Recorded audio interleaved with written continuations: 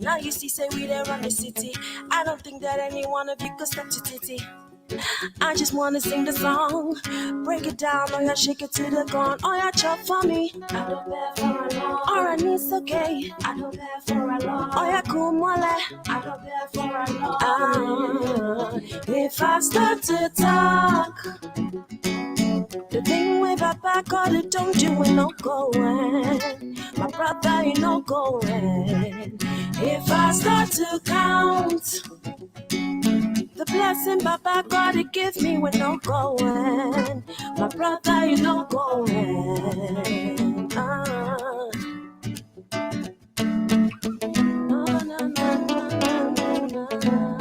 You and me be on some corner, I know. Oh no, you me CCTV, baby, and any woman so. Even if I walk through the valley of death, I know the fear, and every day be Jackado. You want me be on Tongana, no. Oh no, yeah, me CCTV, baby, and any woman so. Even if I walk through the valley of death, I know the fear, and every day be Jackado. I don't be a something, I don't be a demon, I don't be a demon, and Timincha cheetah. I don't be a something, I don't be a Timincha cheetah. I don't be a something, I don't be a demon, I don't be a demon, and Timincha cheetah. I don't be a something, I don't be Intimate cheetah. Oh, yeah, would me be on some corner, no. Oh no, you're the CCTV, baby, and any woman so. Even if I walk through the valley of death, I know the fear, and every day be Jackado.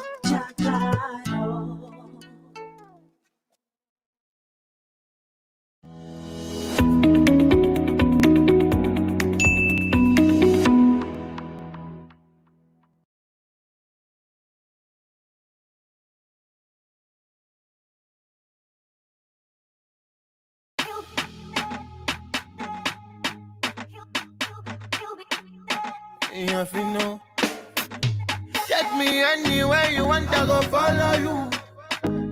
Yeah, I go follow you. Oh, where was she lying? Anywhere, where was she lying? Anywhere, where let's come in,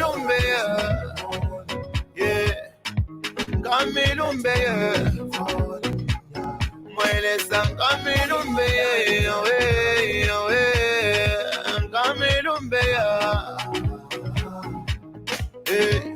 Awelelo kamilumbe lesa Nimwe mashila kanavesa. Come rain, come sunshine, I will give you praise. In my good and bad times, Lord, I will give you praise. There's nobody better than you, nobody better than you. Oh, take me anywhere you want, I go follow you. Yeah, I go follow you. Oh, where was she lying? Anywhere, where was she lying? Anywhere, where let's come in, yeah, come in, where let's come in,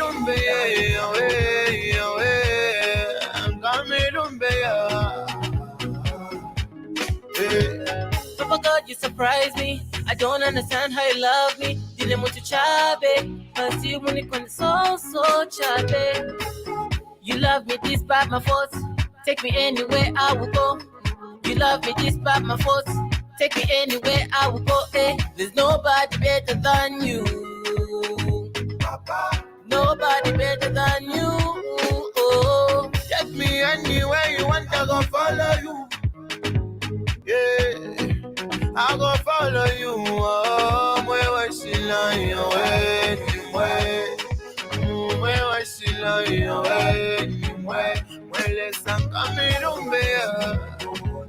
Yeah, Camilumbe,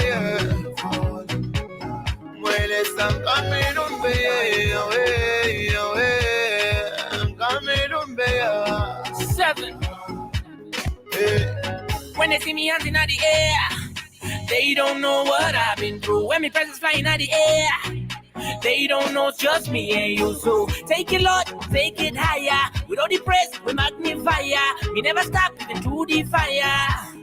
Through the fire, take it, Lord, take it higher. With all the praise, we magnify ya. Me never stop even through the fire. Take me, Lord, where you want me to. Yeah. There to hold me when I'm falling. Muele San Camilumbe, Camilumbe,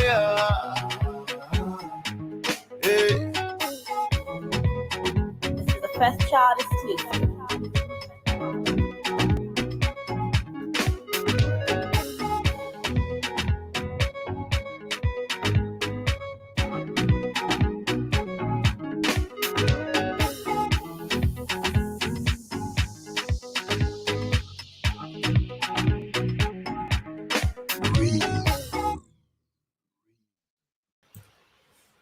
And you see that I try to do some sort of a fade, and it somehow, works. I'm happy that I'm able to put in that fade in and be able to still broadcast from home. Welcome everybody. This is Africa on Focus. We're still going strong with the lockdown sessions. Tuning in live from the city of Amsterdam, but we're just doing it from home. That's just pretty much what it's about. It will soon be over because the rumor has it, well, actually, it's almost confirmed that I'll be going back to the studio, being able to talk to you all and everything just live, from the studio in the city of Amsterdam. We will be having guests over and everything, but I'll share about that later on. Welcome. It's just almost 7:45 CET time, and I'm your host, MS.ABA, and I'm going to talk to you today about anything, everything, and so much more, and all that is happening on the African continent. So first, before we get into it, feel free to share it on your timeline. If you're tuning in via YouTube, give us a like, give us a hey, give us a WhatsApp. Let us know where you're tuning in from, because I always love to hear what everybody is, doing on this Sunday. What are you up to? From which country, city are you tuning in from? I would really, really love to know. So, as I said, this is Africa on Focus. We're coming to you with sharing our success stories live from the city of Amsterdam. If you don't know Hiradio yet, and we crossed up on your timeline, make sure that you visit our website, www.hiradionl.com. We are what we call the voice of the next generation, and we bring all of Africa, all of what's going on in Africans our life from any city around the world. We bring that to you. So very pleasant. It's very good to see you. It's a wonderful day. I am grateful for this new day. 2020 has been crazy. We lost lives, we've won lives, and this is that other day that we should be really happy about. Shout out to Denise Diakite. Shout out to you for tuning in. Who says bravo? I'm loving the comment that you just shared. Also, a shout out to Mensa Gary, who takes the time out to listen to us at this moment. Thank you for giving us the heads up, or giving me the heads up, because at this time I'm both producing and both airing airing the show. So thank you for giving me that heads up on the fact that there wasn't any sound. Today, we have an interesting topic that we are going to talk about: agriculture 2.0, changing the fair trade that we know. In about 20 minutes, we will have a special guest here on the show, Max Koffi, and what he is about, all that he does. We are going to talk about that in a bit. But first, it's African focus in true fashion, in true style. We have to just make sure that we talk about what's going on in our world. Again, I would really like to know where you're listening from. Are you listening from, we hear people from New York. We get to listen to people from where else? When was the last time? St. Martin, Jamaica. It's really interesting to really know where you're listening from and where you're vibing into and all of that. What's going on in your world? Is there still lockdown from the location that you are at? Because here it's gradually coming down.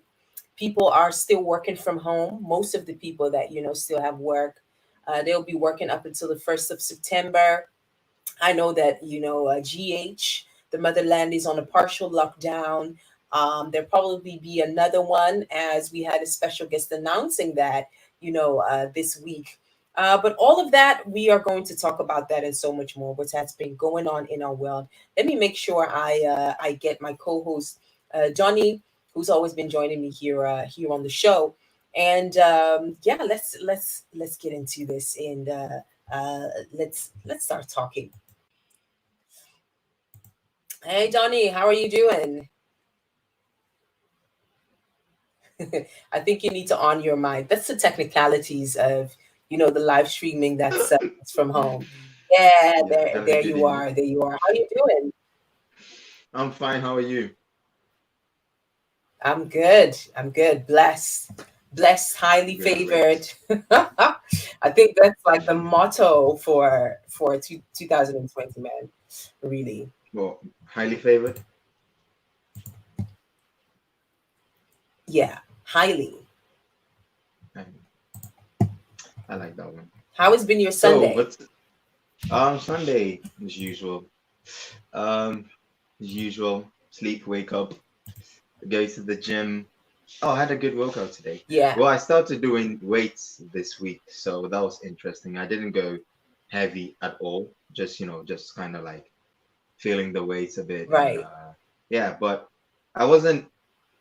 Well, I had a good prep too. For 2 weeks, I was doing cardio, specifically only cardio and my other sports. And so going back Yeah, to the weights, I did back and shoulders this week as well. No, my body wasn't sore at all, even though I did go lightweight, but it wasn't like yeah, I could just right. still sleep and just wake up and do normal stuff. So I feel confident going in next week. So yeah, we're going to go back Yeah, to hard training again. So that's exciting. yeah. You're going back into the normal routine that you were always on. Then right, the normal routine, six The normal seven days routine. workout every week. What was it? So Six, 7 days? yeah, Wow, 6 7 that's a days. lot. I'm trying to have one day like off. So well, our guest name, the Sunday no mobile phone. So I'm trying to see if I can also have one day like everything off, and it's just me by myself. I'm trying to see if I can, but Yeah. So it's looking like did my cousin inspire that or? yes, of course she did. But yeah, looking the way my life is set up right now, it's just not going to be feasible. So I'll have to wait until I also have a business that is growing like hers, and then I can also Yeah, yeah. yeah, yeah, But yeah. we'll get there. We'll get there. Yeah, I try to apply it on Saturdays. It's sort of Mhm. working, but at the same time, it's also not completely working because my work is digital. So Right. I'm just, it somehow just takes me there, that Yeah. Yeah. crazy. Yeah. So I really need to work on that. But I think what's doable for me is the Saturday no entertainment scroll. Let me just put it that. No And entertainment scroll was that. so, just scrolling on my timeline on Instagram, just, before you know it, No, no, no more of that. no more of that. Before you know it, it just takes 30 minutes of your snoozing. you know, and it's just a lot. So I'm now diverting it to, okay, so none of that on a Saturday, none of that in the morning. If I am to pick up my phone just to feel, wakey wakey, then I will read an article. I don't know what on an Android, when you slide to the right, The right, some, yeah. yeah, some articles Newsfeed. show up that, yeah, that, kind of fit your interest. And so far, the articles that have been popping up have been quite interesting. They have to do with things Africa, things urban related, Mm-hmm. entertainment, and things that happen around my region. So I think Mm-hmm. some quite interesting articles, and sometimes I read crime reports, from the Netherlands, that are quite interesting, sometimes Okay. surprising. Um, but yeah, that's really, really how I'm trying to flip things, because yeah, the online thingy is just too much.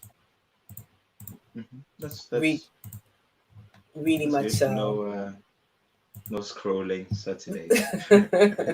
No entertainment scrolling. No Um, entertainment scrolling. exactly. So again, welcome everybody. We just tuned in. This is Africa on Focus Lockdown Sessions. We're gradually, talking about what's been going on this week. Later on, in about let's say 10 to 15 minutes, we're going to talk to our special guest who has a lot of information and a lot to give to us, as in terms of Agriculture 2.0. I think it's like a mini series, because I even got a comment this week from somebody who tuned in through YouTube. He was like, there has to be more parts of Agriculture 2.0, because we are really interested to know as to how that industry is, or that sector is developing, what else that young people could do. And I think it's really interesting, because agriculture is not considered the traditional interesting thing for a average diasporan who is 20, 30ish, you know Mm-hmm. but it's becoming very interesting. So as I was saying today, on Africa on Focus Lockdown Session, we will have a special guest with us, who is called Max Koffi, who is the founder of Africa in Motion, and which is an African focused accelerator aimed to enhance relationships between Europe and the African continent. We are talking about changing the fair trade we know, leading up to a particular series that showed up on Dutch television, whereby the Ghana agriculture sector, or specifically the chocolate industry, have been covered. And we would really like to touch on that, so that we can also understand how we can be involved in this, going towards an agricultural system that is really beneficial to our own farmers. So that is really interesting. First thing, a news flash actually that's been going on, which is a news item that you shared, Donny, was one of Dutch renowned rapper, who happens to also be from who's also happens to be Ghanaian. I hate it when people say he has Ghanaian roots, or he's from Ghanaian descent, or something like that. I know it's facts, but it seemed like so, so much of such a distant refer. I don't know. I just like to say, what, he's a Ghanaian. But he's here in the Netherlands, and for those of you who might not know him, and I think it's mainly because he makes music in Dutch, so English, countries don't know the meaning. So it takes some time for English speaking countries to probably know him as he should be. But yeah, what happened there, Johnny? Could you share a bit about that news item that you shared? So I think we had a conversation about this Yeah, we 2 did. episodes ago or three. Yeah. This was during the George Floyd Black Oh Lives yeah, Matter. yeah, yeah, yeah. Let's chat Uh, Africa when we were talking about that. right, Yes. exactly. So um, during the Amsterdam demonstration, so our brother Akwasi, he made a speech, and then he received some backlash from certain things that he said during the speech. And so, there was this a public or a Yeah. group within the Dutch community that had an anonymity, Yeah. man, towards him, or started to kind of dislike him in a way. And Mm-hmm. so, following that, I think he just recently moved homes, Mm-hmm. and I think he bought a new apartment or a new house, and he had some people, a delivery company, or he ordered, I think, windows or glass, I think cleaning and or something then like that. Glass was it cleaning. clean? Yeah. Yeah. Oh, I think they were bringing glass, window glasses to his apartment, Yeah. his new place. And then I Yeah. think, one of the workers or the guy delivering the stuff, he recognized that this man's home, Yeah. and him being part of that group that um, detested the speech, or this Mm-hmm. brother Akwasi, because of the speech that he made during the Black Lives Matter protest. He felt that it was in his right to capture images of his apartment and share it amongst his group on Yeah. Facebook. Yeah, so to kind of like put a target on our brother Akwasi. Yeah. Yeah, so that's what happened. Yeah.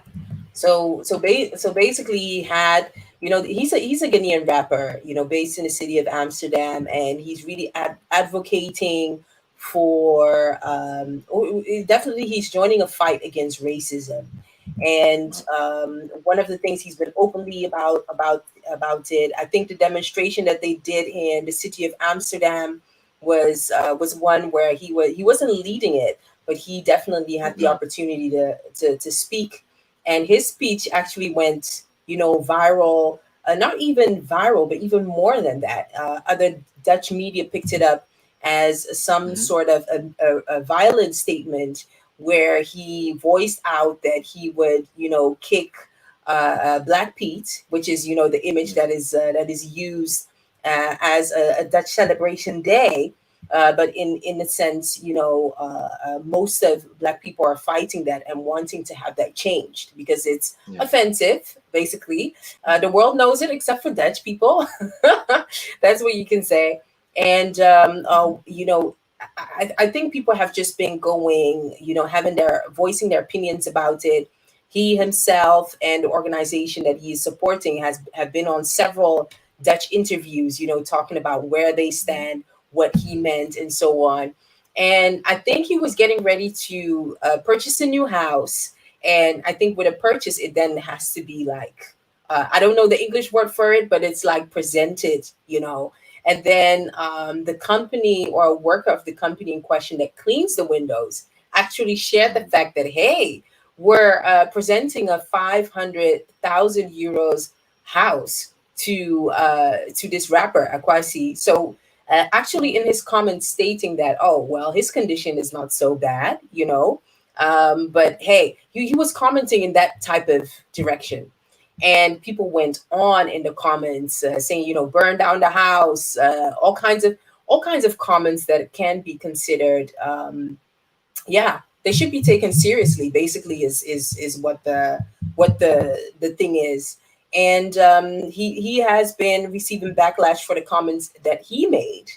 But at the same time, the comments that were in there was, for me, because when you shared that article, and I already saw the comments that were made by the worker of the company that does the glass cleaning, because he shared it on Hmm. Facebook in a Facebook group. Yeah. And it's a particular Facebook group where people that Right. need services of washing windows are in. So Akwesi himself shared it, and it went, all over. People were like saying, this cannot be. They should be prosecuted and so forth. And he himself also stated that this is the point where my privacy is really being tainted. And Hmm. I don't know. Do you know if he eventually purchased the house? Um, well, I thought he had already purchased the house and was just moving it. But yeah, I think he's still going to live there. I Yeah. think he hasn't. That isn't. But I mean, it to me, it's not so surprising that these things happen. It just Yeah, you comes seem with really it. relaxed. I mean, he should have expected it, and um, not not necessarily that that makes it acceptable. But I'm come on, Jerry Afriye, who is the frontman or one of the leaders of the of Cake Oxford Peace Group, and also a very strong leader with in demonstration against systematic racism here in the Netherlands. Right. You know how many death threats he has received over his career. So I mean, it's I don't think people shouldn't be surprised that if people or other people get the chance to either defame, humiliate, whomever, that they will not do it. This was expected. Yeah, I don't seem surprised at all, and I just it doesn't have to go. Let's say when it goes too far. So when harm is really being done on a courtesy or certain things, then there's a real problem. But this happening is still unacceptable. But it was to be expected, or it isn't something that is like, wow, why would they go so far? Really. They meant to go. Yeah. You have a really a neutral, in the Dutch sense, neutral approach to this. For me, and I commented right away, this is exactly the Yeah. type of racism that we are talking about. That invincible, that pink, no, not pink, some other color, pink elephant in the room, or another color that that needs to be talked about. I really thought that this was an opportunity to show the world the type of racism that we're really addressing here. You know what I mean? And it's When it's embedded in people's thinking. And it was the same thing with, because I have a nephew who's getting into his teens, and I don't know if I shared this, but he had been with Feyenoord for a long time and took the decision yeah. to go to Ajax. And people were in the comments saying monkey this, monkey that, and those things. I think it's really unacceptable. You know what I mean? I When I, I think that this is the perfect opportunity to show people the yeah. examples that Black people are referring to and often are ignored. You know, and often where people say, oh, well, it's just a joke. No, it's not a joke. It's racism. But you're just seeing it as some soft thing that you could just comment anywhere you like. But it's not okay. That was really But what here it is for here's me. the thing though. Here's the thing. This is to me. This is not an example of racism. Why? Because if you use the example of your nephew moving from Feyenoord to Ajax, that's the same goes for any other player who would have been brought up in Feyenoord, Club Feyenoord. Let's say Dirk Kuyt or Van Persie, who played for Feyenoord, moving to Ajax. You are going to receive that kind of hatred from the supporters. It's the same when LeBron James was moving from Cleveland to Lakers or from Chicago Bulls. It's so that if we want to call that racism, that's not racism. That's this is supporters from clubs hating each other. And what But makes why it so not? intense, because it's not racism. There is no the But why race isn't that component isn't there anymore. But why isn't that It's racism while he's being referred to as a monkey and all of those things? I think yeah, other football players also had that thing. I think it reveals some sort of thinking whereby they believe right. that Black people are animals. Black people are not supposed to be in their society. I really think that the type of slurs that they give out portrays their thinking. It's not just, oh, traitor, or other words to maybe describe their frustration with a player leaving them. It actually Okay. involves these animal references and things that have been References that I made. used so many times. I understand your point, and I think I'm going. This is what I would say to that specifically. When a couple, yeah, if for instance a man cheats on a woman, when that woman is so angry, they will say you are a dog to a man. When a man gets angry at a woman, he will refer to her as a bitch, right? Or any other word that is animal related or whatnot, like a whore, all those things. Does that mean that that is what he's been thinking of her entire time, or what he thinks of women, that women are female dogs, or that all women are horse? Or is that mean that women think all men are dogs and all men piss outside and all those things? When so it has to do with the fact that, and this is something that I've been contemplating and thinking upon for, let's say, a year now. And Okay. I think in our last chat, that's why I was so specific on, we have to be sure and be specific with the words that we're using and the context that we're creating. If not, then our arguments or our plight becomes, let's say, nothing. Why? Because when you, for instance, in this case, when you still saying it, right, it's Akwasi doing this, and they refer to him as a monkey, and I give the other one, well, when I cheat on my lady, she refers to me as a dog. Does that mean that my lady's racist? Then you go, no. And then, so But then why is it that if someone, she yeah, does mean that, you're showing a behavior that's, animalistic. to It does portray what she's really thinking. And you probably, if you've done it, then you've confirmed uh her. but it's not about but it's not about the act of doing it. It's about the interpretation, or the perspective of the victim, or the other one who feels a certain type of way, because now she's mad, now she feels violated. So let's say the supporters of Feyenoord, they feel violated, they feel like you should have been loyal to us, you betrayed our Are loyalty. you are you So a Feyenoord fan or something? Because the not way that not you at all. support It goes the other way around. Ajax also have this thing where they call other people Jews. Does that mean that Ajax fans are Jew haters or Jew bashers? Not necessarily. Is this a form of anti-Semitism? Not necessarily. Why? Because you're dealing with group psychology on a different level. So you have group psychology, you have individual psychology, and those things isn't related, or we shouldn't push that in the same direction as racism. Otherwise it becomes like, yeah, well, but you talking about the same thing other people are talking, so what is your plight exactly?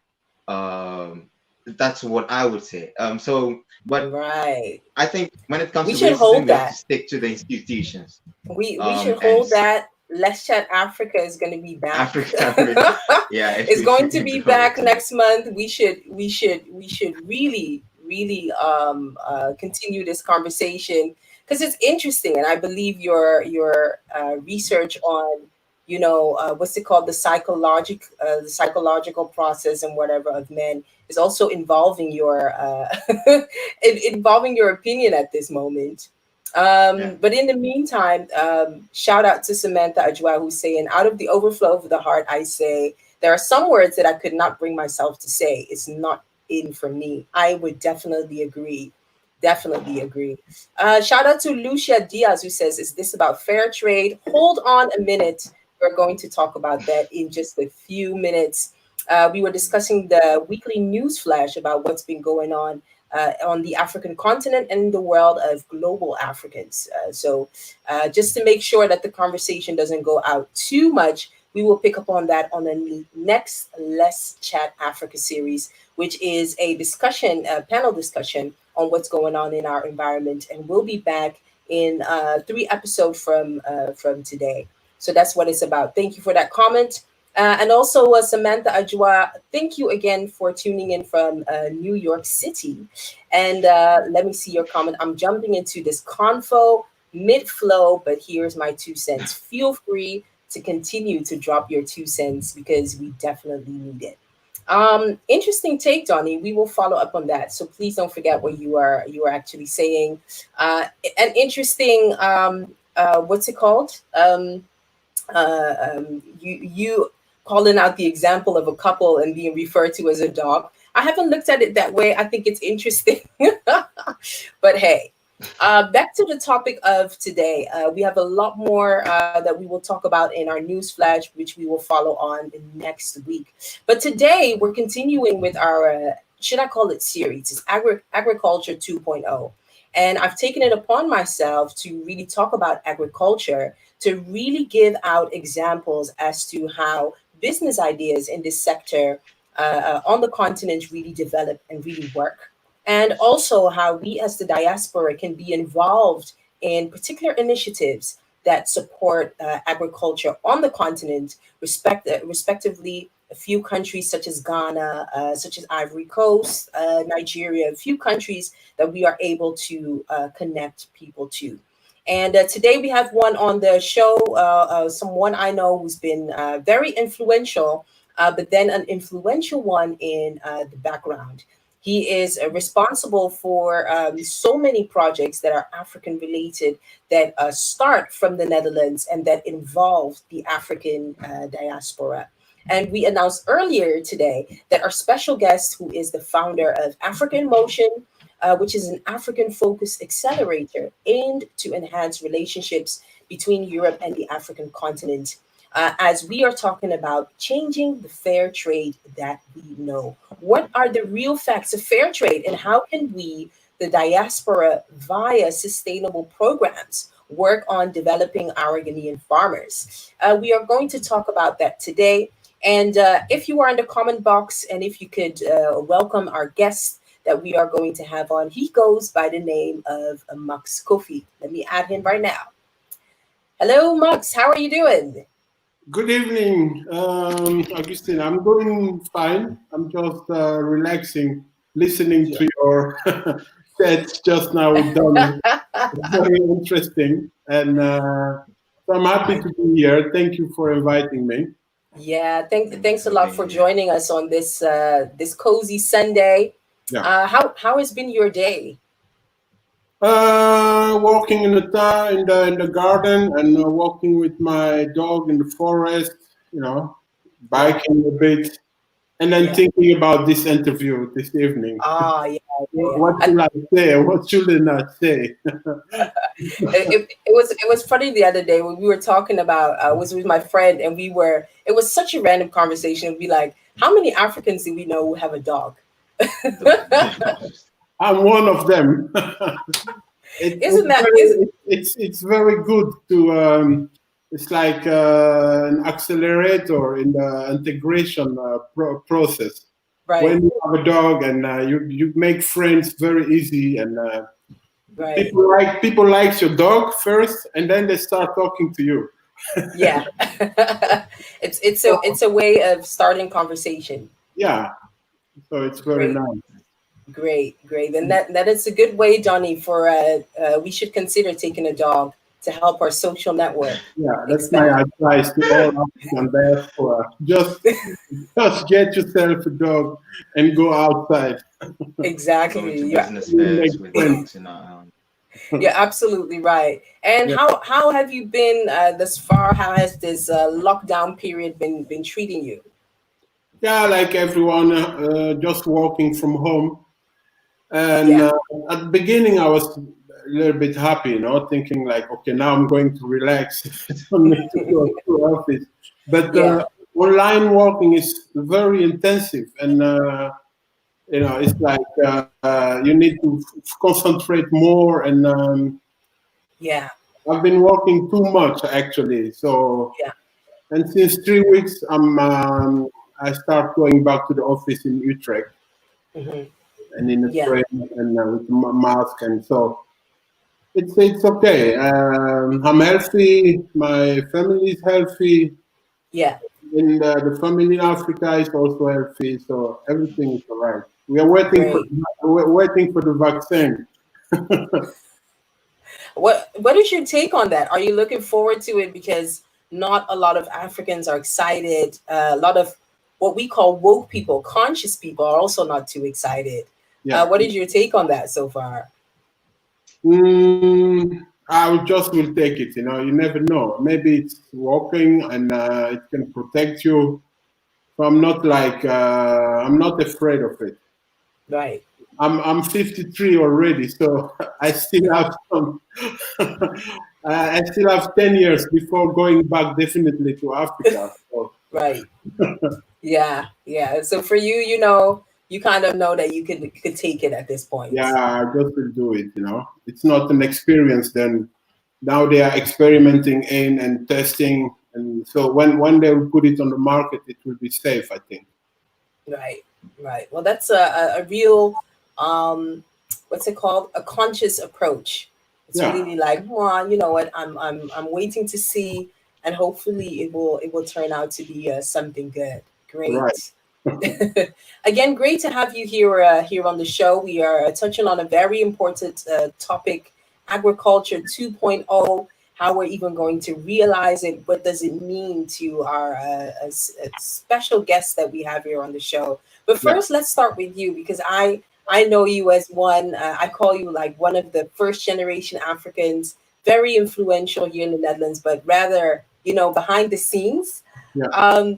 How would you, in your own words, tell us who Max Koffi is?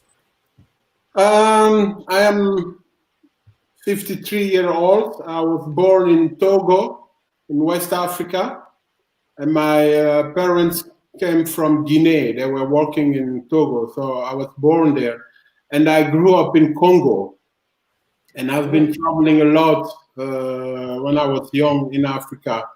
I've been, I think, around 23 countries in Africa I visit, from north to south, east and west.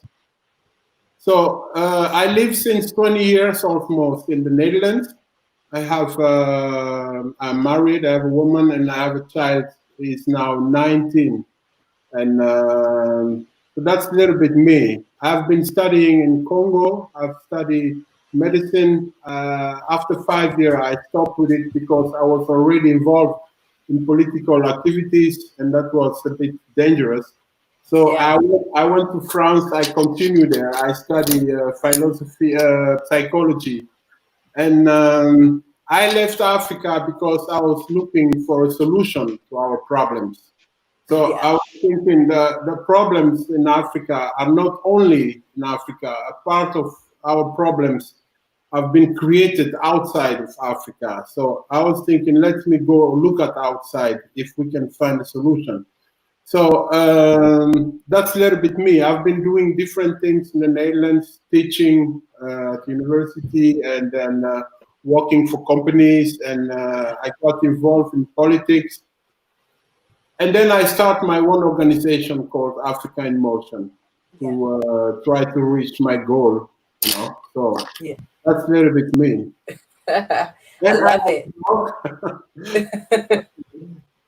I love it. And this is what's funny, Donny, because I remember at this particular event, at the end, they played a particular game, and most of us are Africans, obviously. And the game was the one who knows most of language, the most languages would end up standing, you know, at the end after going through the round of questions. And can you believe Max Koffi was the one that ended up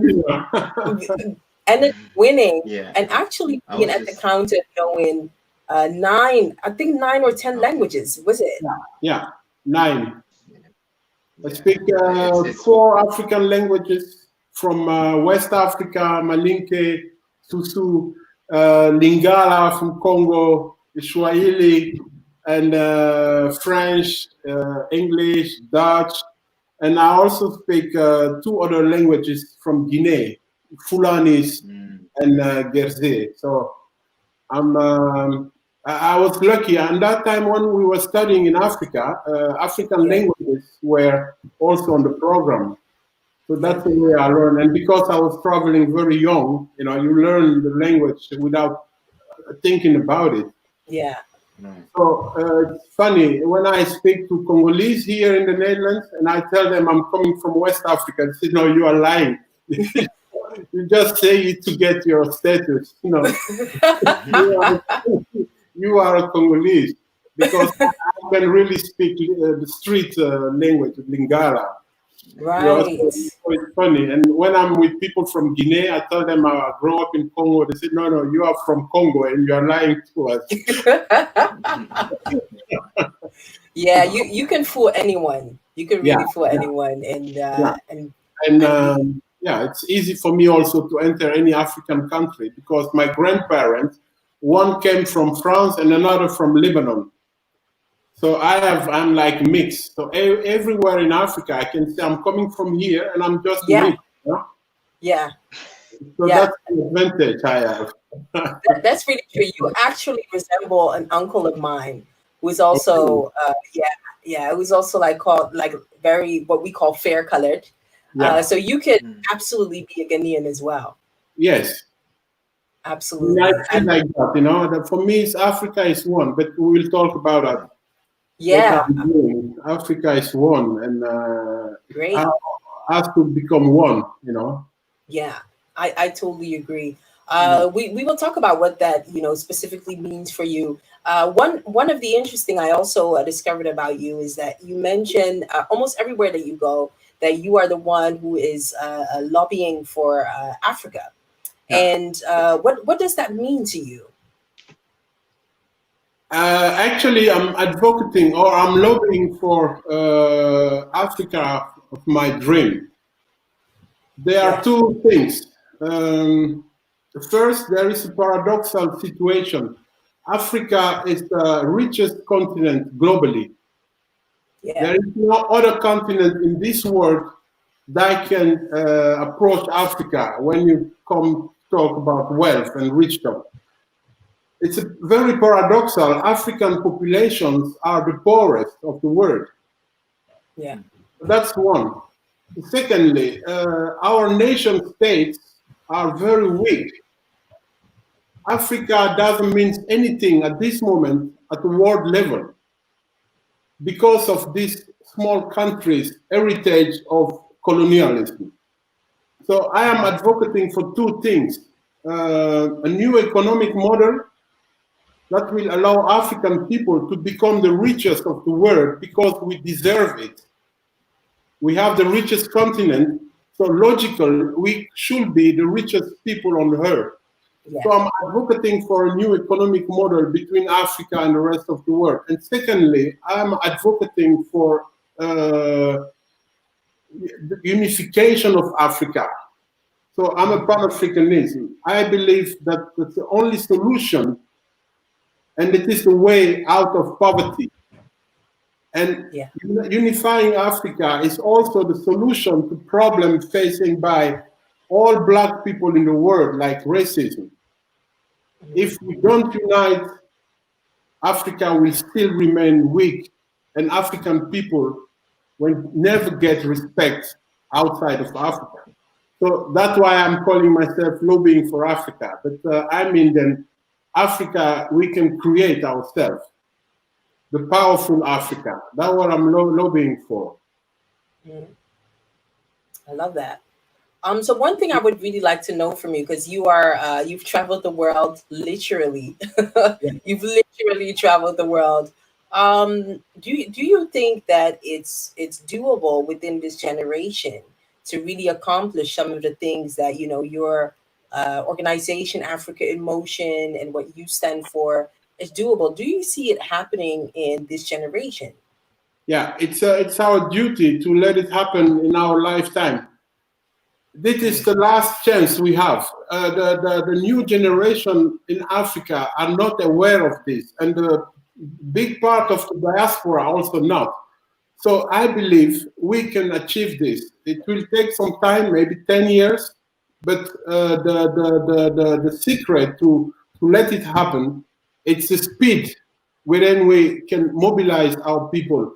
but not only our people, but also mobilize young people in Europe and change their mind regarding to Africa. So I believe in it, and nothing is impossible. You only have to remember what all the diasporas have reached in this world.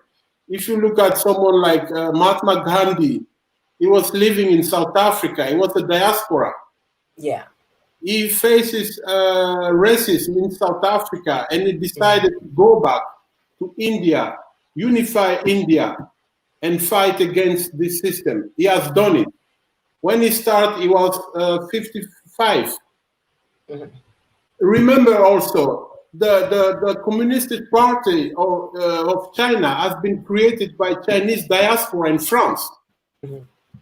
So I don't see it as something impossible. It seems impossible until it will happen. And then it will be a very big surprise for the whole world. Yeah. I believe in it. We are working on it very, very hard. We have people on the ground in Africa, and we are mobilizing people in Europe, in the United States, and in even in South America. So it has to happen. And it will happen. And to whom do you, let's say, not place all the responsibility, but from which party do you expect the most? The Africans in the diaspora or the Africans in Africa themselves? Yeah, that's beautiful in our situation. We have the diaspora all over the world. All over the world, you have Africans. In the Netherlands only, we are like 300,000 people from 42 countries. So first thing from the diaspora, we can have like, we can be an example for people in Africa if we start collaborating here. And it's easy because like now we are sitting, I can visit you in Amsterdam, I can fly to New York. It's easy for us to meet. In Africa, it's a little bit, it's more complicated because people cannot travel and the young people don't have money to discover other African countries. But from from our side, I think the big responsibility lies on our side. And the connection with Africa will make it happen because we can connect with African young people especially and then start collaborating in this way. That is what we are doing now. We have connection in South Africa with activists. We have connection in Kenya, in East Africa, in Ghana, for all West Africa. Even in Morocco, we started operating in Egypt. So from the diaspora, we have more means to organize it. So it's about organizing it. That's the most important, and having a clear strategy. So let's talk about some of this organizing it, because Africa Emotion has been around for a lot. I know some of the initiatives that, you know, also my company, because my company decides some of your logos. Some of it is starting up a particular fund for diaspora entrepreneurs. One of them is also mainly, and that's the bit that we are talking about, is one that really challenges the way that we look at fair trade actually in our current world, and is actually challenging the current systems that are put together that allow, or let's just say, give Ghanaian farmers from Ivory Coast, in particular sector or industry of chocolate, just a small bit of, you know, the final profit or the ending product that we see in our stores, or you're really starting something new, because that is something that you've been doing all these years. But this is now to really look at particularly farmers in cacao, as I would pronounce it in a Dutch way, because I normally mix it up with cocoa, and cocoa is a different something else. Exactly, of African, so I mixed that one up. And it's really challenging the current system that is in operation now. Could you share a bit about that and how that came into being? Why these particular farmers? There are about 2 million farmers in the cacao industry, the production sites in Ghana and Ivory Coast. And Africa, so Ivory Coast, Ghana, and a little bit Nigeria are providing more than 70% of all cacao beans from the world. Yeah. Okay. Now we know fair trade. You know, fair trade is a Western concept telling us, like, look, we're going to buy your product and we can add some little money on top of it. Yeah. So it gives people here a good conscience, like, yeah, we are doing well, we are buying chocolate from fair trade. But fair trade is not fair at all. So we are only talking about the price of the raw material. What we should do, that's a new concept we are fighting for, that is shared trade. Shared trade means you don't sell your product for a cheap price, but you become shareholder for the production of the semi-finished product of the final product. At this moment, can you please repeat that? Sorry, what did you say? Could you please repeat that concept of share trade? Yes, share trade means the farmers, African farmers, Ghanaian, Ivorian, don't sell the cacao beans for a price that is decided by Western countries, but they become shareholder of multinational who are making profit out of it. So an example, now they're selling cacao beans in Ghana. A farmer can get something like 220 euro a year per hectare, and mostly they have between 1 and 3 hectares. And they get the money and they are out of the system.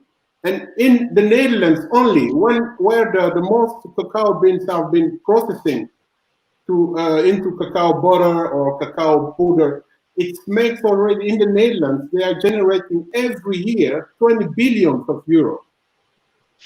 While in Ghana, we only count 65 million. So the whole concept is to renegotiate this system, telling them we become shareholders.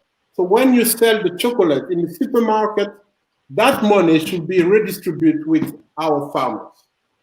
And if you apply this system to all raw materials coming from Africa, you can stop poverty very, very fast.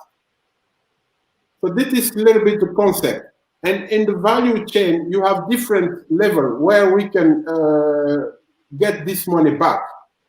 So at this moment, the Ghanaian farmers have only 6% of the whole profit. More than 70% goes to retailers, go to manufacturers, and the traders.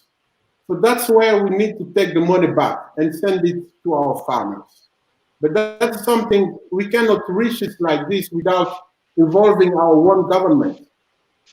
So that's a little bit the concept, and taking them from 6% and getting them to 20% at least. So now the Ghanaian farmer lives with 70 cents euro a day. Can you imagine? Yeah. They can afford education for the children. They cannot afford medical care. Nothing. Yeah. And on top of that, they are working on deforestation because Europeans tell them you need to produce more, and then they will go cut trees. Deforestation, that's something very bad. You have child labor. We count something like 1.5 million children working in these cacao plantations in Africa, in Ghana, in Ivory Coast. While our children here in the Netherlands, for example, are eating chocolate, going to school, preparing their future. So it's completely unequal. And now they're talking about fair trade, but it's not fair at all. Yeah, definitely. And I will elaborate on that. For those of you who just tuned in, I would just like to welcome everybody. First, I just want to give a shout out to Jean Aimé, who says, wow, finally, I am not the biggest fan of fair trade.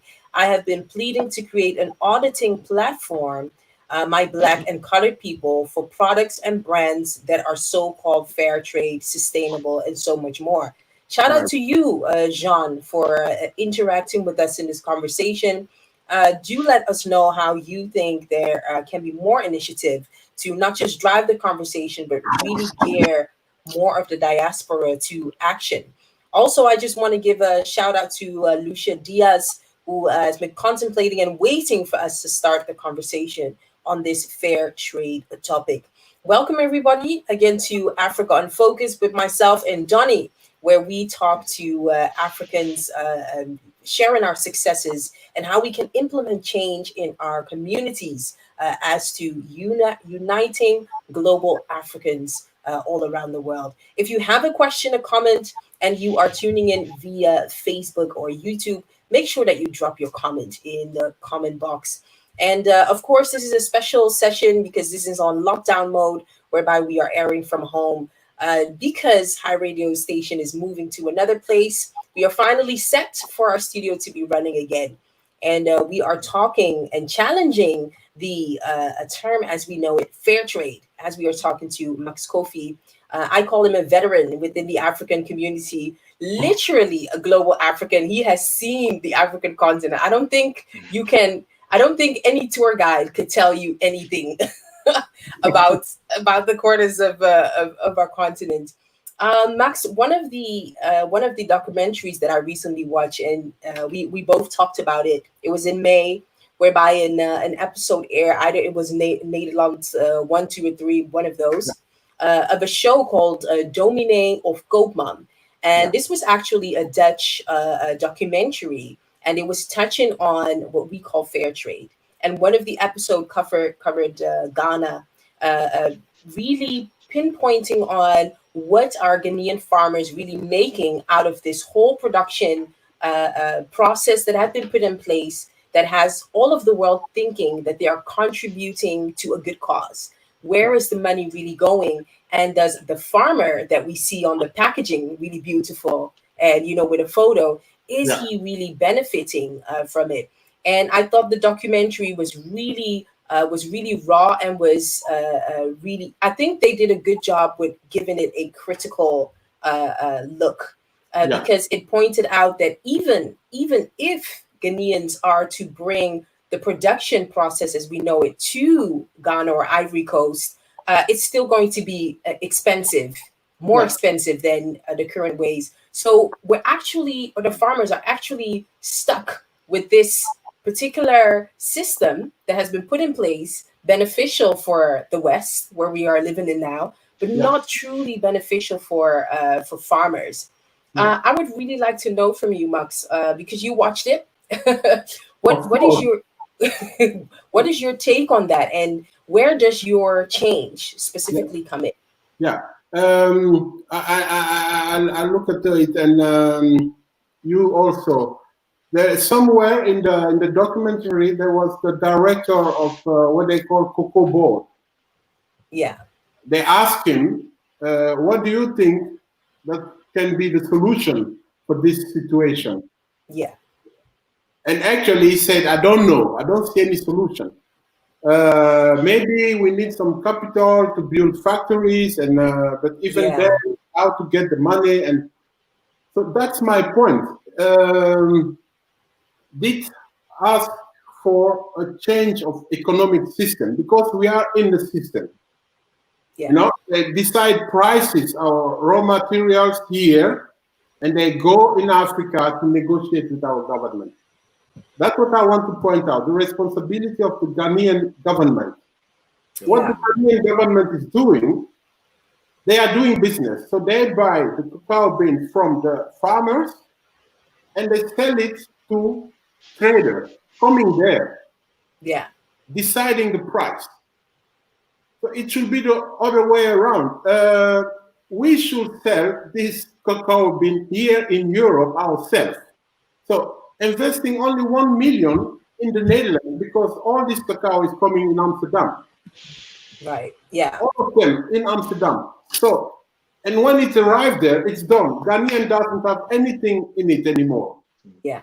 So what's the strategical mistake of the Ghanaian and the Ivory Coast government is to cut down these traders in this value chain. That's where we should start. We don't sell our raw material to anybody. We will sell it ourselves on the market here. And we have enough Ghanaian diaspora, African diaspora in Europe, who are expert in marketing. They are expert in negotiation. So they should take this cacao bean to the Netherlands and sell it themselves. So that's the first thing. And these traders have 7% of the all profit. So if you cut it down, you get 7% more for Ghana. Now we're talking about 13% already, just by doing that. And then you go negotiate directly with this big five, they call big five, Nestle, Mars, and all these American companies, multinational trading in chocolate. We negotiate with them. Tell them, look, this is our product. Without cacao beans, you can never make a chocolate. You cannot make chocolate with potatoes or with anything else. You need, so we have the most essential part of the value chain. But our governments are weak. They are not negotiating it in the right way. Yeah. So that's the way I look at it. We need a new economic system, and that is something that needs involvement of the government. Instead of doing business, they should stand for their people. It's not normal. If the Netherlands here, if they had cacao beans, they should be so rich that you could retire at your 40. Ghana is 100 times richer than Netherlands. So our government are not dealing in the right way with the raw materials. So that's the way when I saw the documentary, I couldn't sleep the whole night. I was so angry. Especially when I hear from the government, someone saying, I don't know, I don't see any solution. How can you dare saying that? Yeah. Government. I don't see solution for my people. I don't see solution for my one raw material. Western countries are deciding it. Yeah. So that makes me very angry. Yeah. Yeah. I could definitely relate to that type of frustration, and simply because also you've been around a longer time than we have. I just hit my 30s, and you know what? One thing about us young Africans, we're really excited and spontaneous about our ideas. Once we have a business ideas for Africa, you know, we go for it, which is really good. A true entrepreneurial spirit. But I then realized that, you know, some that have been around for longer are like, oh gosh, how are we even going to change the minds of the people that could really implement change? How do you see that? Because I hear sometimes a lot of, oh, well, you know, it's the way that people think, or people's working ethics, or people's vision. You know, all these mind topics. How do you experience that? Have you also run into frustrations? What is your take on that? I think this is my people, so we have to deal with it, you know? Yeah. But because that's a Pan-African spirit. Yeah. This is my people, we have to deal with it. It doesn't matter. You have Chinese, we don't speak Chinese official languages. Yeah. You know, so that it doesn't matter. These are our people. This is the way they are now. And it's coming from very far. You know, the colonization and the slavery has changed our DNA. Yeah. African people, we are not anymore able to dream big and to believe in ourselves as a country. So that's something. If you look at too much of it, you get disappointed and say, okay, I just give up, you know. But I don't give up. These are our people. We love them, but we have to fight for them. When the system will change, you will see the change coming also at the individual level. You have it also. I always tell the young diaspora, the fact that you have been born here or grown up here doesn't make you less African. Exactly. People see a black man, a black woman, So even when you tell them I was born in Amsterdam, they don't care about that. Yeah. So I agree. that's the way I see it. I believe in Africa, and I know it's possible. What is needed is a group of people deciding to do this happen, to make this happen, and the rest will follow. It's, that's our advantage. African people are also very. They can be very fast enthusiasts. When something is good, Yeah. they just follow. Yeah. So it's and that would mean that we have to trust that the group that will do the right things is the group that has the power, right, to to get the correct business deals and negotiate properly in the interest of African countries and farmers. Yes. But going back to what Miss Ava was trying to say is that how those conversations happen, or how do we make those people that are now in the position of that power, how do we get them to realize, or how are those conversations going? Do they know, and don't they care? Do they actually know? Are they trying? And I'm not in politics, and so I don't know how those things, the negotiations goes, and what they are facing on a day-to-day basis. But I can imagine that how capitalism is set up and how it's set up and sold to Africa is that even when we understand, or it's been understood, that you cannot make a Choco bar or a Twix without cocoa, now it's in our farmers' mind that we cannot make cocoa without Twix or without Mars. So we need their demand in order to supply, and so they have the power over us. Meanwhile, it should be on the other way around. Now you're talking right, and that's the whole thing. The future leaders of Africa, I see myself as a reformer. What we are intending to do is to change the political system in Africa. So when that will happen, you can renegotiate. Like this big international companies, multinational, they are very weak actually when it comes to negotiation. Really, when they face strong leaders, they will have to listen to us. Just take this example of cacao beans. We can decide to stop producing it as country, as government. Yeah. Because first, we don't eat cacao in Africa. It came from France. They took it to Africa because they needed it. We can stop it as leaders. We tell them, look, you have your industry, very good. You keep it. We don't need this cacao. By doing that, you can put them under pressure already and then renegotiate. But it's all about, what you're saying is true. It's about who is leading the African countries. And the way it is now, that's what I was saying, our nation states are too weak. If Ghana says no, Ivory Coast will say yes. Ivory Coast say no, Nigeria will say yes, come take our raw material. That is the point. If Africa is not united politically, like having political region, West Africa, you don't have a president in Ghana or Nigeria, but one governor for West Africa, reporting to the president of the United States of Africa, then it's a different situation. I give you another example. Shell. Yeah. It's a Dutch company, English and Dutch. Sure. They are taking oil from Nigeria. Yeah. So this share trade is applied to all raw material. They're taking oil from Nigeria. The government of Nigeria have signed. But if you change the legal status of Nigeria, that Nigeria is not a country anymore, so Shell will be in big trouble. In Nigeria, they will be there like illegal. You cannot go back now to Russia or to Czechoslovakia and tell them, I had a deal with Soviet Union. Yeah. They will laugh on you. They'll say, you are crazy. The Soviet Union doesn't exist anymore.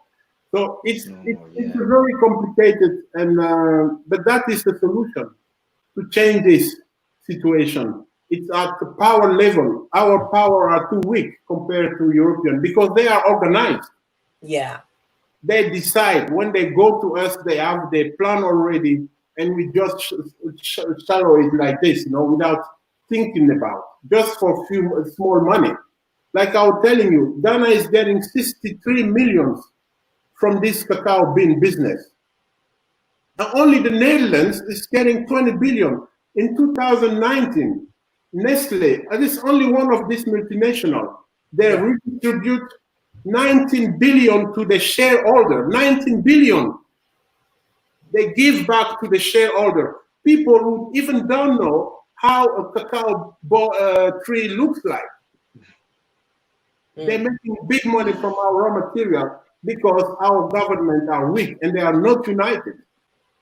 Yeah. So this unification of Africa is not like, okay, I'm Ghanaian, so when it will happen, Nigeria will come to my village, and it's not like that. It's about having a decision level that is really good, well coordinated. Yeah. So it's Can I insert this? This unification is found in Pan-Africanism. I just wanted to say that. Right. This takes us very far. You talk about cacao bean, but Africa is producing more than 10,000 strategic raw materials. Yeah. Look at Ghana. Compare Ghana to Norway. Norway, they only have oil. But Ghana has oil. Ghana has gas. Ghana has gold. Yeah. Ghana has a lot of agricultural products. Why are the Ghanaians still now poor? How come? So it's all about that. And the future leader of Africa, I consider myself as one of them. We don't think like this. Like, okay, now I'm president, I'm going to get rich. And it's about making African people rich because they deserve it. Yeah. So that will be the only political message. We are working, and our one vision is to make African people richer than people from Saudi Arabia, from Norway, from China, from all the world, because we deserve it. I agree. Absolutely. So looking at this, because I'm hearing you, and also thinking back to the documentary, it really came across that fair trade as we know it was really some facade. It's like a well-marketed concept that has fooled the world to such an extent whereby even the person who made the report said at the end, shouldn't I have put my money directly into the particular farmer that I was talking to? And you mentioned the Nestle, the other ones, and even the particular brands that have set themselves aside as fair trade. Join this particular fake model that's supposed to, develop Ghanaians. So there's somewhat, I feel that it has been a lie. I think the only one who sort of has a different model is Tony Chocolonely, I think, which is quite of a newer brand. How come, could you share with us, how come people have believed this lie, and how come this system hasn't been challenged by the consumer, who is regarded as being more critical thinking these days? Yeah, there are two things. European people are very sensible for marketing. If you have a nice story, they just believe in it. Right. So the market here, people, that's why we are working now from university. We want to improve the system by starting education. So it has to start at that level. And in Africa, we just take this, we buy it, because we are already in this system for so long. This is the way we took this religion inside Africa. Right. And then political system, and even language. Now we are talking English, we are speaking English. It's like African people, we don't have our own languages. We don't have religion, we don't have anything. So from our side in Africa, and people, there are a lot of, in Ivory Coast, we were there last year for a project. listen good what I'm telling you now. We went for a project in Abidjan. We had a discussion with the Ministry of Agriculture. Mm-hmm. But when I approached them from Africa in Motion, I told them I'm coming with Dutch farmers. Yeah. So, but these Dutch farmers couldn't travel at that time because they were too busy with I don't know what here. So I went there with 2 other African guys. We went to Ivory Coast.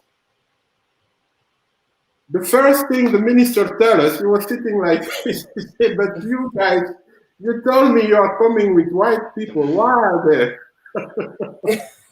Wow. You know, he was like, I'm done with you guys. You told me you are coming with white people and you just come like this. Where are the white people? Oh. You know, this way. And I told him, okay, sorry, but maybe we can arrange something. It's happened in Ivory Coast, it's happened in Gabon. I've sent an engineer, an ICT engineer in Gabon to fix a problem of Gabon National Bank. Yeah. This I'm talking now is a Senegalese guy. He's the system manager of the parliament in Brussels, European Parliament. So he's really on the top of ICT. I sent them to Gabon. The same story. They told him, but how can you fix our problem?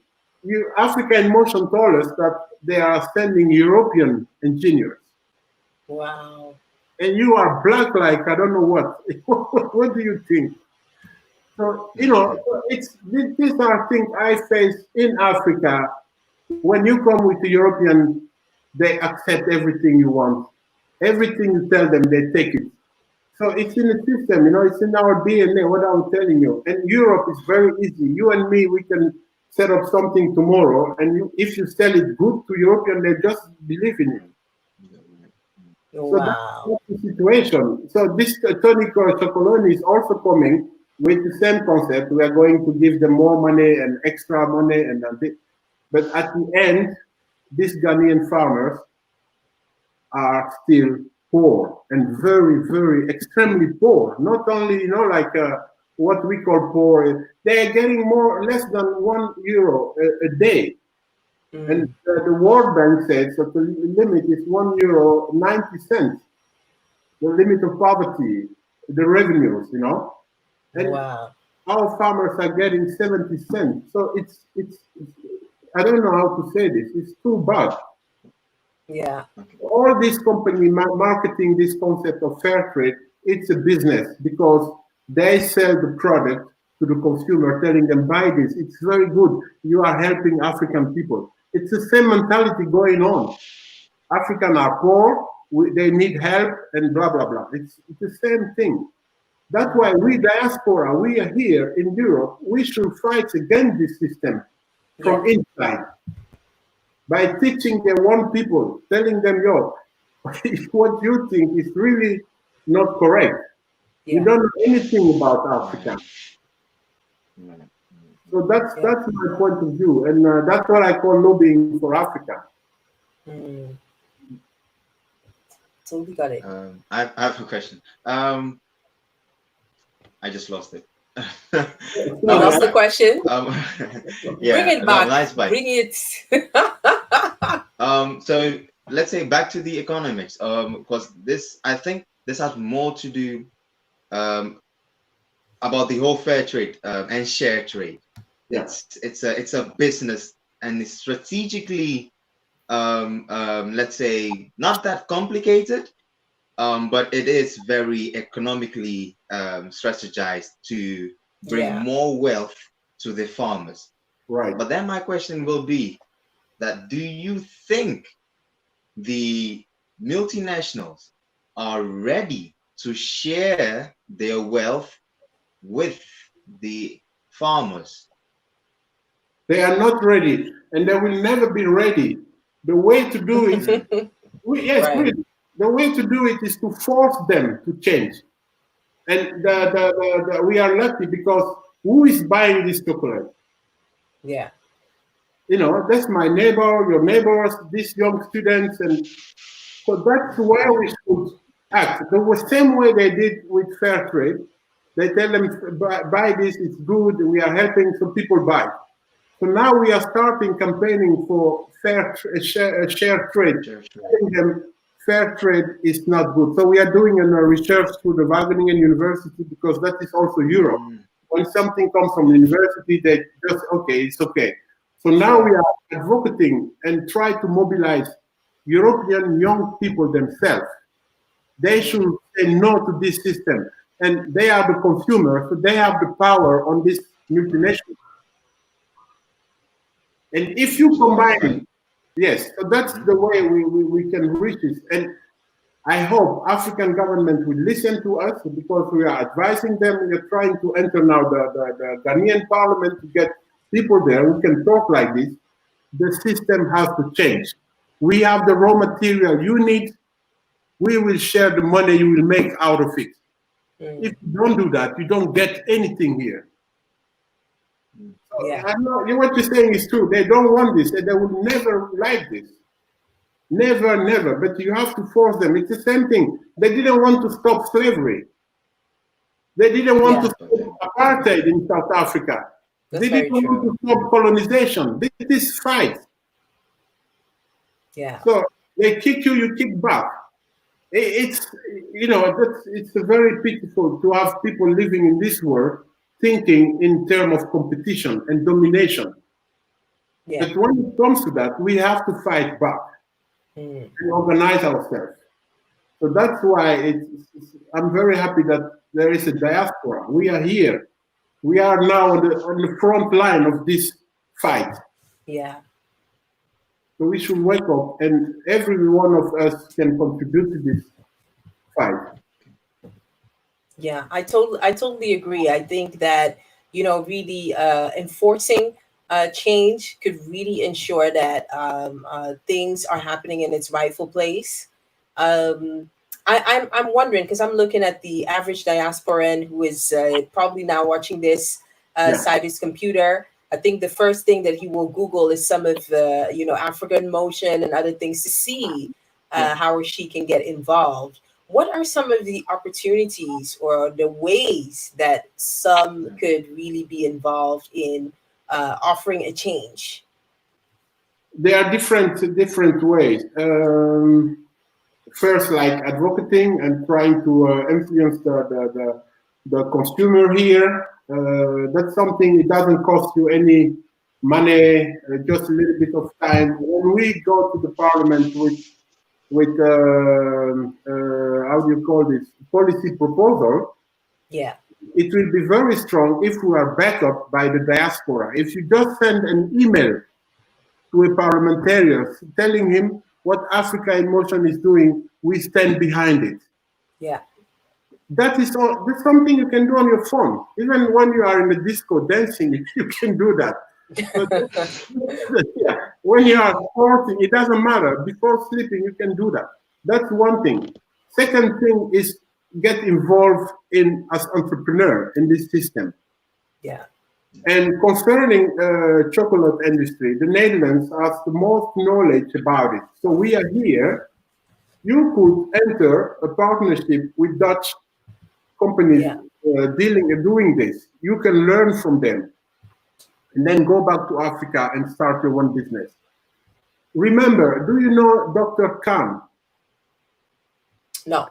From Pakistan. He's the one who introduced, is the father of the nuclear energy in Pakistan. He was studying, he was a student at Leiden University. That's where he took the information, and he went to Pakistan. He gave it to the president. He said, look, this is the way you can do this. So the diaspora is crucial in this system. We can do much more than we think. But first, you need to become aware about, like this system, chocolate and industry in the Netherlands, you have a lot of opportunities to learn it. And then go back to Africa and find investor and do it there. The third thing we can do is in trading. Like I told you, all cacao beans are coming in Amsterdam. And there, Dutch people are selling it to the rest of the world. if the Ghanaian government, now I see the Ghanaian president going everywhere telling the diaspora is good, diaspora is important. And remember this documentary on television, the Cocoa Boat. In my vision, the Cocoa Boat should be in Amsterdam, run by diaspora. So you take the cacao bean, you bring it to Amsterdam, and we sell it to who we want. And then we are in a competition. We can raise the price. But now they are just giving it to Europeans, and they come here and they start doing their business.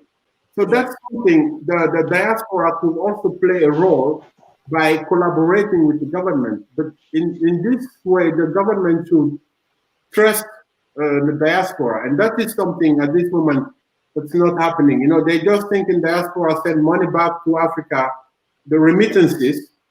So they are all focusing on that. While remittances, the World Bank has shown, remittances we send to Africa is 15% of the money we own here. So we are spending more of this money here in Europe, where we live. That's why I'm telling you, what the first thing the diaspora could do is to create an investment, collective investment force. And then we can have our own capital to invest in new companies in Africa or here to make more money and then send it back to Africa. So there are a lot of things the diaspora could do. And what you are doing now is very, very crucial, because media is a very strong tool by bringing people together, by creating awareness and pushing people to take action. That's why I'm very happy to be here and telling these things. The diaspora can play an enormous role in the whole system. If you want to change it, the diaspora is key.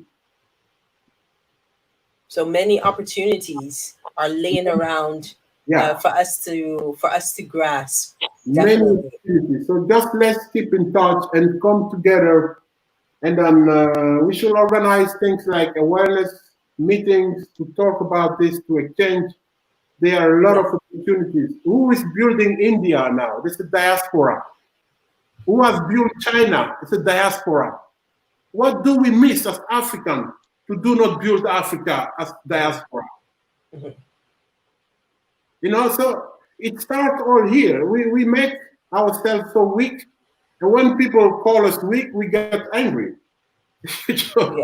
Become strong, and nobody will cheat on you. Very, very well said. Very well said. Before we're going to go, because I already see questions coming in from some of our listeners. Before we go into that, I also want to know, because there's something very important that you mentioned, is this relation between migration and trade. What is the relation in your view, and how can this be addressed in its right way? Yeah, that's also something for the diaspora to use. You know, in March next year, there are election coming. You can be sure that migration will be one of the biggest, hottest topic. And when they talk about migration, especially concerning African migrants, they are complaining. There is someone from this political party, CDA, said, watch out, millions of Africans are coming to the Netherlands, so we have to stop them. What they don't say is that migration is generating by this multinational.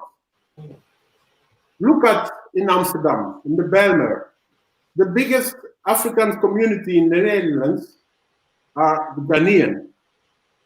The most of them are living in the Bijlmer. So we have done a survey with a student from Leiden University, Africa in Motion. We have sent them to the Bijlmer. They have done a short survey on 1,200 Ghanaian. You know what? 80% of them are coming from regions where cacao is being produced. So you can see the relation, because the cacao and the raw material is just leaving Africa like this. There is no industry. There is no shared trade system yet to empower Africans. So people are following their money. I have a friend from Nigeria. He always make a joke. He said, Max, we are just following our money. Right. There is a relation between trade system and migration. And to tell the truth, this unequal system of trade is generating migration. But that's something we should, that is also one of our advocacy points next year when they start this election. We should start making noise about this. Ghanaians are in the banner, and when you go in Ghana, you see where they are coming from. It's the same place where these cacao beans are coming from. Then you see how much money is living there in Ghana and how much money we are generating here. So don't complain saying, yeah, we have African migrants, they need social security. But this social security you have, you're getting it from our raw materials. Yeah, there's a connection. Our raw material. You take oil from Nigeria. These flowers, they're producing flowers in Ethiopia, in Kenya. Women are working there for 10, 11 hours a day. They get €1 a day. Look at how many billions they are making with this flower industry here. And then they pay taxes. With those taxes, you pay social insurance. So it's all, we are making Europe and Western countries rich. And when we are here, they start complaining. Even, this is nice, with this corona, the first thing they say, no traveling, but the commodities have to go on. The raw materials have to come in. Yeah.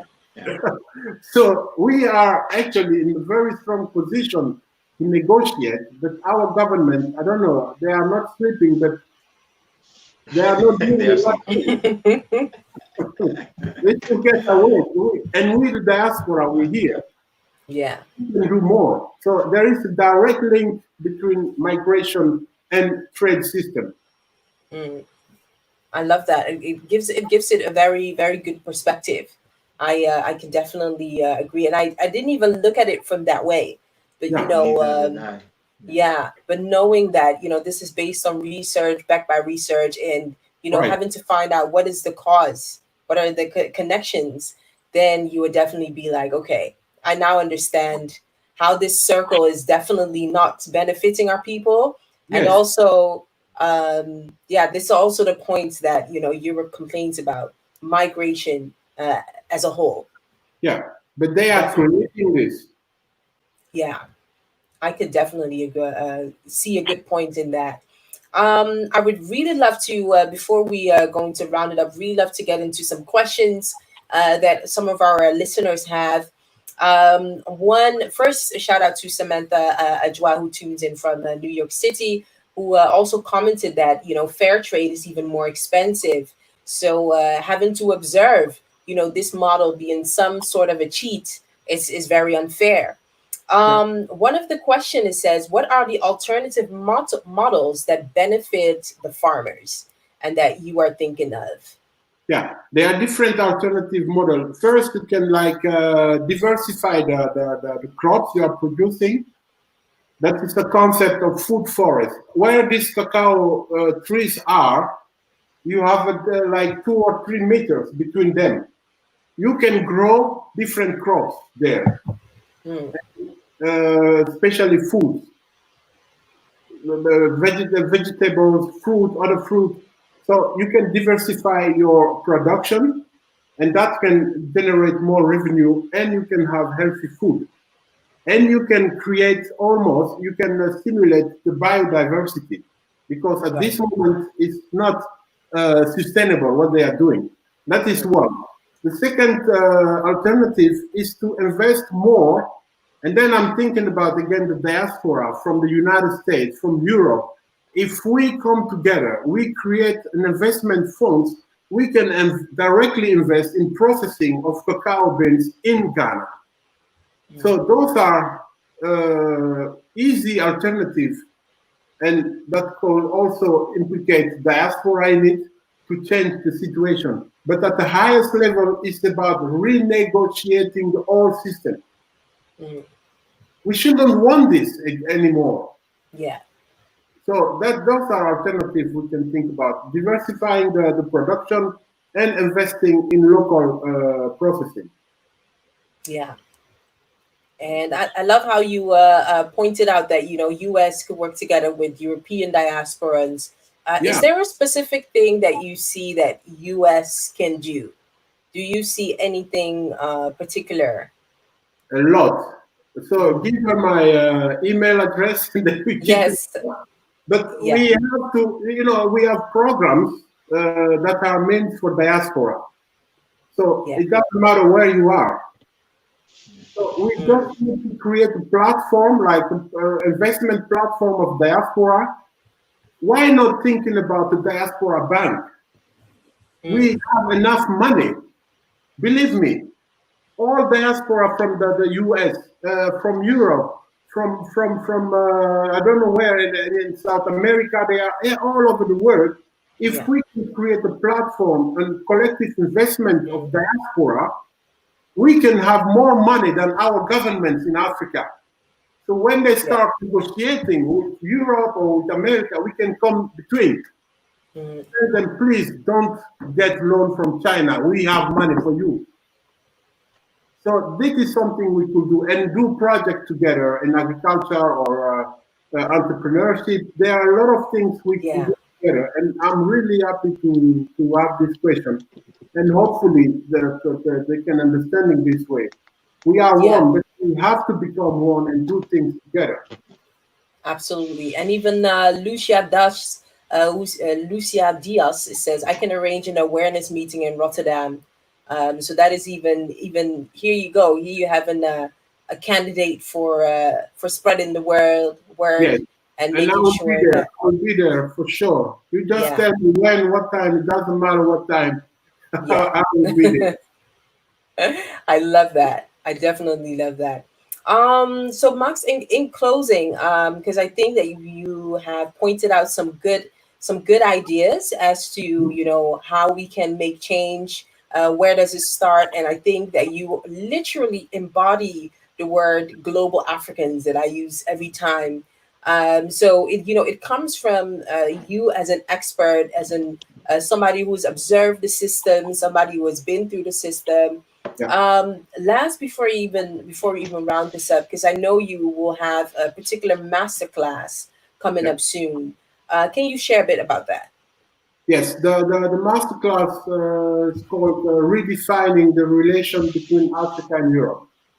That is what I was saying. When Europe came to Africa, when this Western country came to Africa, they start by changing our mind. Yeah. So if we want to fight back, we should do exactly the same.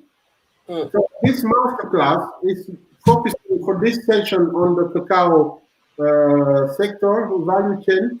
So we are inviting students from the Netherlands, from different universities, and students from Ghana. So they will join the masterclass, and it's about 6 days, and starting by historical relationship between Africa and Europe, because the most of European students don't know where this relation is coming from. They don't know where this system is coming from, so they have to learn it. In Ghana, it's the same. They don't understand things at geopolitical level, so they will have they will get to know this information the first day, and then from that we go to specific on focus on the cacao value chain, the way it is organized, and then at the end, what we are asking for them when we rise up the shared trade concept, they will have to work in small groups and solution. Like I said, the shared trade means that the farmer is not selling his product, but is having a share in the final benefit. Yeah. So they will have to work on different expertise level, how to get this system together, how to create it. So we are expecting through doing this to have this concept of shared trade initiating from the universities. And then we are also targeting the youth league from all political parties to involve them at this level, at this stage, in this awareness creation. So that's what the workshop, the masterclass is about. And we will repeat it now concerning and targeting all raw materials from Africa. The next will be with France and Germany. We already have a team in Germany working, and there will be about metal, like bauxite coming from Guinea. That's what they use to make aluminium and to build all cars, trains, planes. So this is what we are trying to do with this movement now. We call it share movement, stimulating healthy African-Europe relationship. I love that. I love that. Thank you. Oh gosh, Max, we've covered on. By the way, we are looking for African students who are interested in the masterclass. We have already sent all of the Netherlands the emails and the videos, and I will also send you the Facebook link. Sure, yeah. If you can help me by sharing it. Oh yeah, no problem, no problem. How can people involve, before we round it up, how can people, number one, get in touch with you? And how can people be involved in Share Trade, the masterclass, all of that? Yeah, just by sending an email to info@africainmotion.nl. Okay. And then I will get in touch with them directly. Sure. And I have one last question. Sure, go ahead. If I may. Your son is 9. Question, man. If I've understood you well, in the intro, you have a son who is 19 years old. Yeah. That is an interesting period to be. It's like he's adulting. Yes. So how? And he was born in the Netherlands, correct? Yeah, he was born in the Netherlands. How do you? And you are a Pan-Africanist. How is that relationship going? How are you instilling the love for Africa, the love for himself within him, and also understanding that this thing going on is economical, is strategic, and all those things? Because in the education system, we don't learn this. I've studied economics, and I've also studied business. I'm doing a master's in project management, but we don't this. Yeah, you can't learn this anywhere within the European education system. So how do you do this at home? What are the things that you're telling him? What are the books that you are showing him to read? Like any tips? Yeah, and maybe it's very, very difficult actually. But what I do, because I have a big family in Africa, so we are constantly on Zoom or Skype. So now he knows all my nephews, all my sisters. So that's the way I started, telling him, look, your mother is Dutch, and I am an African. Yeah, Papa, what you are doing is dangerous.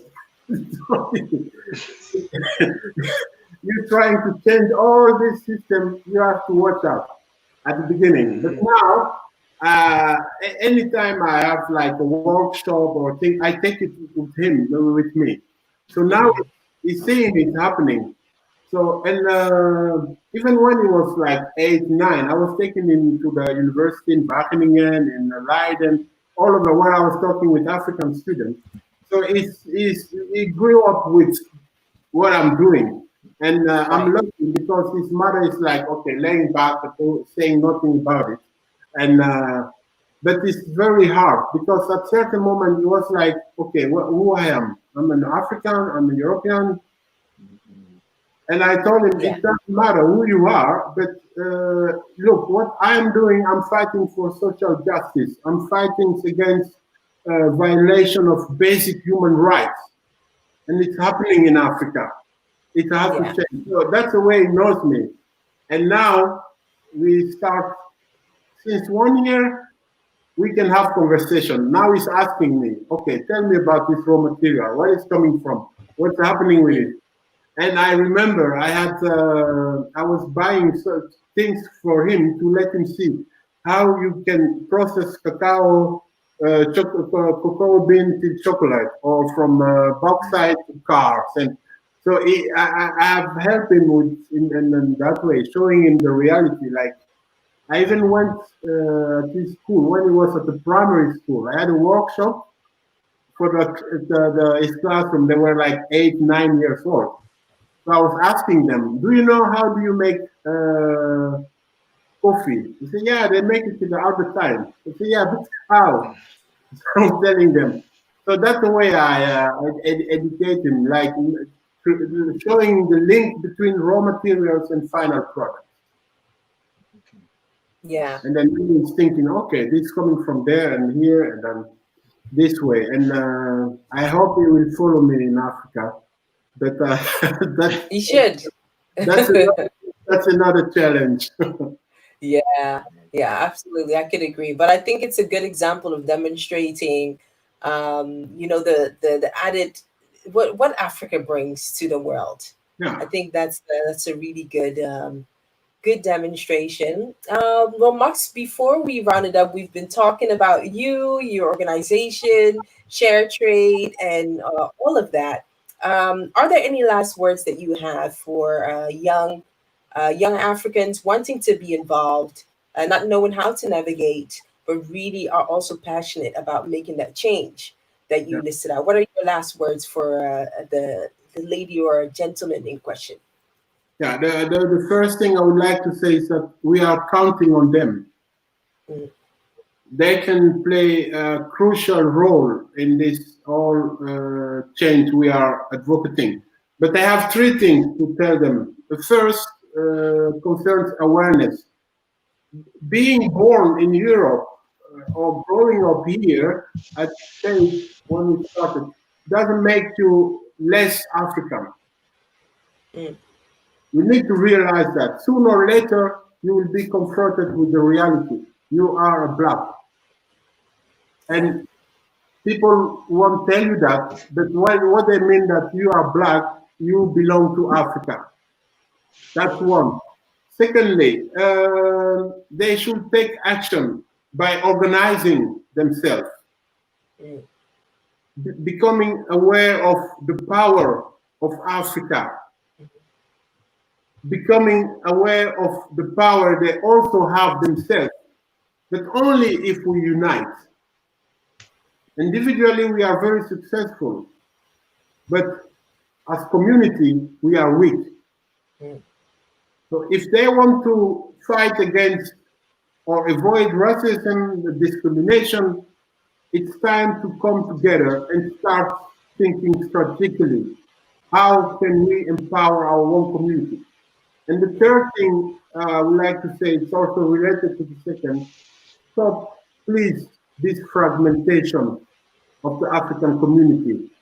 And please don't tell people when you are in a meeting somewhere.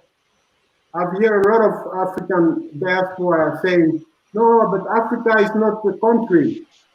This is accepting what this colonialists brought to us. Mm. Please don't do that.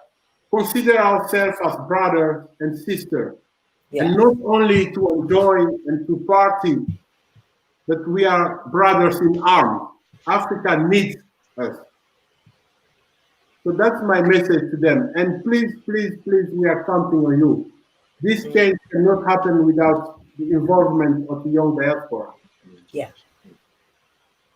Very much so. On that note, I think it's really good because we've had our listeners who are keen to get in touch with you through info@africanmotion.nl. And I think that by the time, share trade is progressing and after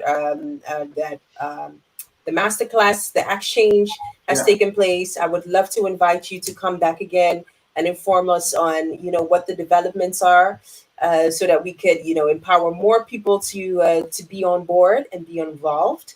And thank you also for giving us new information where we could that could just boost us, into any of the affairs that we look to bring back to Africa and ensure that our countries are properly developed. Um, definitely, I'm going to have you back for another time on the show. I can't wait.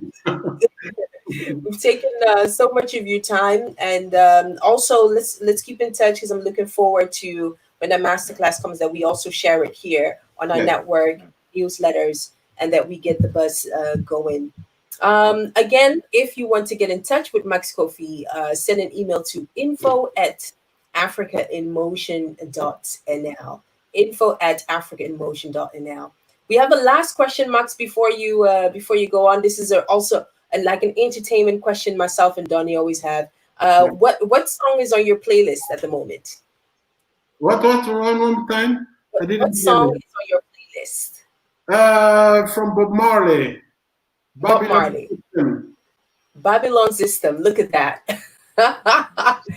the current fair trade could be described Right. as that Thank you. Babylon system. Babylon System. I love it. Very relevant. On that note, thank you so much again, Max Koffi. Have a wonderful night. We'll keep in touch. Also, for Yes, your question. it's awesome. It's awesome. Yes. Very relevant song. Have a nice evening. Thank you very much. Great. Have a good night, Thank you and for we being will get in touch soon. Yes, you too. Okay, goodbye. All right. All right, Donny, we're here, and again, I always try to keep the conversation like to 9 p.m., but our conversations are so good that it's just hard. But we're working on that. Any plans for this week, Donny? thesis. Oh. Yeah, thesis. Oh, And okay. and sports.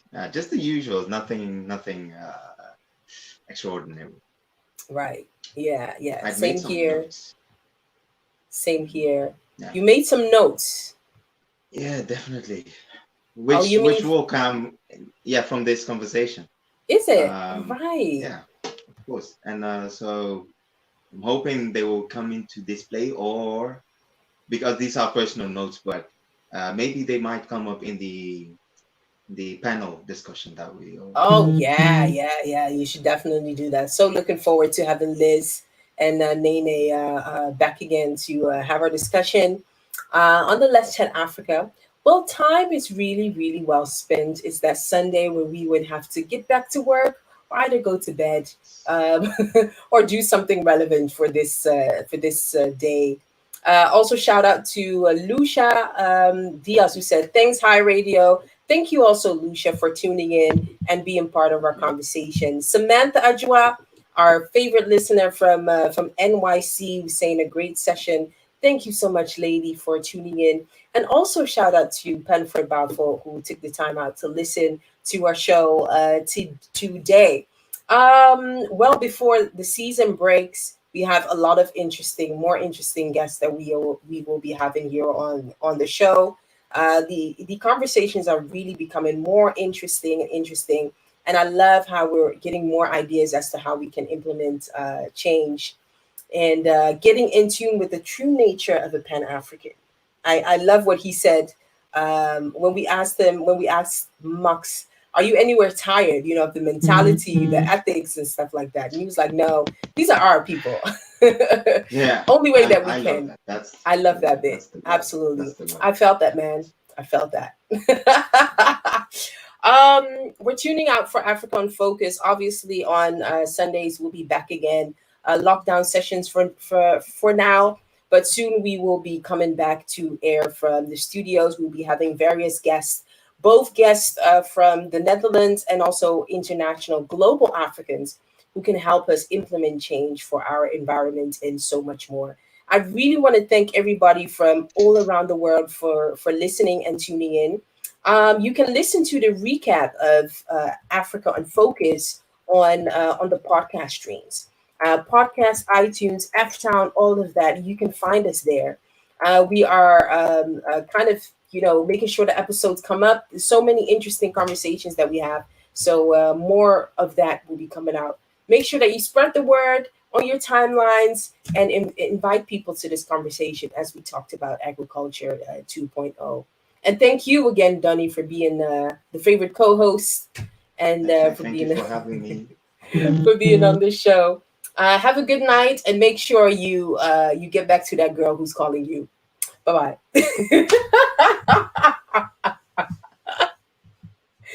It's just a joke.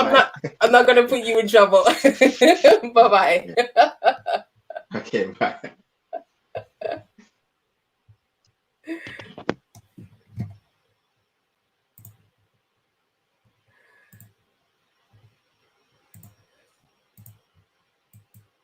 To love you, yeah. And to love another person like I love myself too. Help me to know you, yeah. And to love another person like I love myself too. 'Cause love is what you want me to do, what you want me to do, what you want me to do. It's love, yeah. Love is what you want me to do, what you want me to do, what you want me to do. It's love, yeah. Love is what you want. So love the world, you die for it, yeah. You love me so, give your life for me, yeah. Say love my neighbor as I love myself. Not just to the pull up in the whip, so I feel firm for them. This is your will, not need. If I love you, I'ma keep your commandments. This is for real, not need. I got below without string attachment, even if it burping up, even if it hurting up, even if the people I'm trying to love sometimes they drive me loco. Help me to love you, yeah. And to love another person like I love myself too. Help me to know you, yeah. And to love another person like I love myself too. 'Cause love is what you want me to do, what you want me to do, what you want me to do. Love, yeah. Love is what you want me to do, what you want me to do, what you want me to do. Love, yeah. Love is what you want. If I get love, I know good. Rob my neighbor, I know good. Kill the person, I know good. Rape my sister, I know good. Scam my job, I know good. Lie to you, yeah, I know good. Stop your shine, I know good. Take your wife, 'cause he loved the world. God for you, yeah. Yes, sir. He loved me so, give his life for me, yeah. Say love my neighbor as I love myself. Not just to the pull up in the whip, so I feel on you down. This is your real, not need. If I love you, I'ma keep your commandments. This is for real, not need. I got below without string attachment, even if it burping up, even if it hurting up, even if the people I'm trying to love sometimes they drive me loco. Help me to love you, yeah. And to love another person like I love myself too. Help me to know you, yeah. And to love another person like I love myself too. Help me to love you, yeah. And to love another person like I love myself too. Help me to know you, yeah. And to love another person like I love myself too. Love is what you want me to do, what you want me to do, what you want me to do. Love, yeah. Love is what you want me to do, what you want me to do, what you want me to do. Love, yeah. Love is what you want. Love is what you want. Love is what you want. Love is what you want. Love is what you want.